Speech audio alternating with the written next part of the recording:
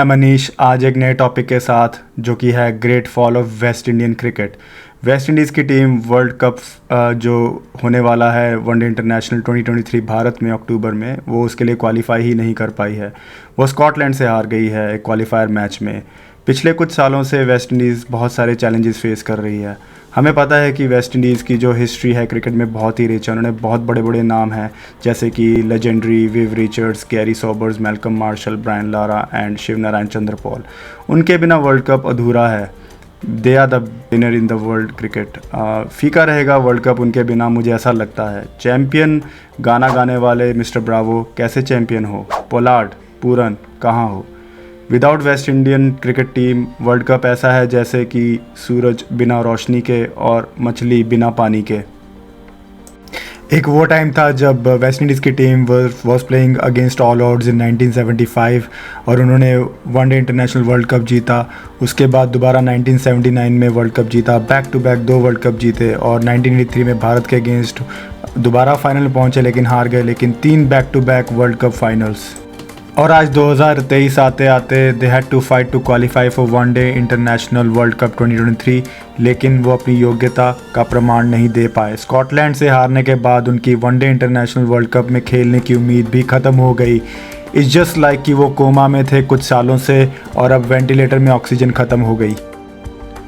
ये सब क्या देखना पड़ रहा है? अच्छा है मैं अंधा हूँ। मैं भी वेस्ट इंडीज़ को खेलते हुए देखने के लिए बहुत उत्साहित था, लेकिन अब मैं टूट गया।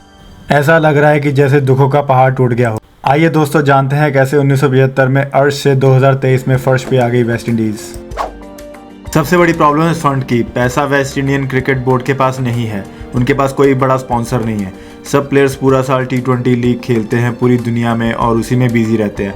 लॉन्गर फॉर्मेट को इग्नोर किया जाता है। इट्स लाइक T20 पृथ्वी है तो वनडे एंड टेस्ट मैचेस आकाश हैं। कोई ध्यान नहीं है लॉन्गर फॉर्मेट की तरफ। Last year West Indies Australia आई थी और टेस्ट मैच में वॉश आउट होकर वापस गई। आगे बढ़ते हैं। अगला रीज़न है end of the golden generation. पिछले कुछ सालों में बहुत बड़े बड़े प्लेयर्स रिटायर हुए हैं जैसे कि Chris Gayle, Kieron Pollard, Dwayne Bravo and Samuel Badree. और 2 प्लेयर्स हैं सुनील नारायण और एंड्रू रसल जिनके साथ पॉलिटिक्स हो रही है। मतलब उनकी अगर परफॉर्मेंस अच्छी नहीं है तो उनको बाहर कर दिया जाता है। तो वो बेसिकली T20 लीग्स ही खेलने में बिजी हैं वैसे भी, तो थोड़ी थोड़ी उनके साथ पॉलिटिक्स भी हो रही है। दोस्तों इसमें बाउंड्रीज़ का रोल भी माना जा रहा है। वेस्ट इंडीज़ बेसिकली आजकल T20 स्पेशलिस्ट टीम है जो कि छोटे ग्राउंड्स में बड़े बड़े छक्के मारने में बहुत मशहूर है। लेकिन अगर आप देखें तो ऑस्ट्रेलिया, UAE जैसे बड़े ग्राउंड्स में वो लॉन्गर फॉर्मेट में फेल हो रहे हैं। ना वनडे ना T20 ढंग से खेल पा रहे हैं। जबकि अगर देखा जाए तो श्रीलंका, बांग्लादेश, इंडिया में रिलेटिवली जो बाउंड्रीज़ है वो स्मॉल रहती हैं जिसकी वजह से उनको बेनिफिट होता है। तो ये भी एक रीज़न माना जाता है। एक और रीज़न है corruption. West Indian cricket board के ऊपर करप्शन के आरोप लगते रहे हैं। ICC ने उनको फंड्स दिए लेकिन उन्होंने उन फंड्स का mismanagement. West Indies cricket basically कुछ कैरिबियन कंट्रीज़ का एक ग्रुप है जिसमें Jamaica, Barbados, Trinidad and Tobago, Guyana जैसे कंट्रीज़ होते हैं। अभी क्या है कि पहले ये कंट्रीज़ एक दूसरे की स्ट्रेंथ होते थे लेकिन आजकल कुछ डिफरेंसेस की वजह से इनमें मिसकम्युनिकेशन हो रहा है। और आई वुड से कि ये भी एक रीज़न है कि आपस में बनती नहीं है इन कंट्रीज़ की। तो थोड़ा बहुत पॉलिटिक्स और मिसमैनेजमेंट के चलते कुछ प्रॉब्लम्स इसकी वजह से भी हो रही हैं। इन सब इश्यूज़ के बाद क्या वेस्ट इंडीज़ वनडे इंटरनेशनल और टेस्ट मैचेस में अपनी वापसी कर पाएगी? ये देखना बहुत ही इंटरेस्टिंग रहेगा।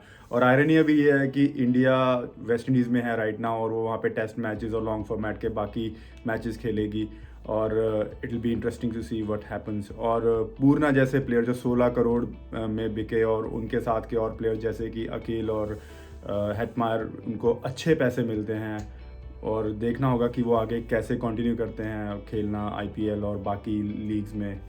ये भी देखना इंटरेस्टिंग रहेगा कि क्या वो अपनी लेगेसी को कंटिन्यू कर पाएंगे जो उनकी इतनी पुरानी लेगेसी चली आ रही है। बैक टू बैक उन्होंने 50 ओवर्स लॉन्ग वनडे इंटरनेशनल के 2 मैचेस, 2 वर्ल्ड कप जीते और एक फाइनल में पहुंचे।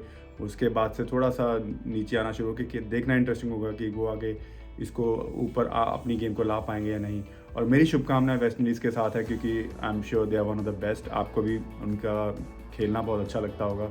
और अगर आपको ये वीडियो अच्छा लगा तो please like, share and subscribe. Thank you for watching.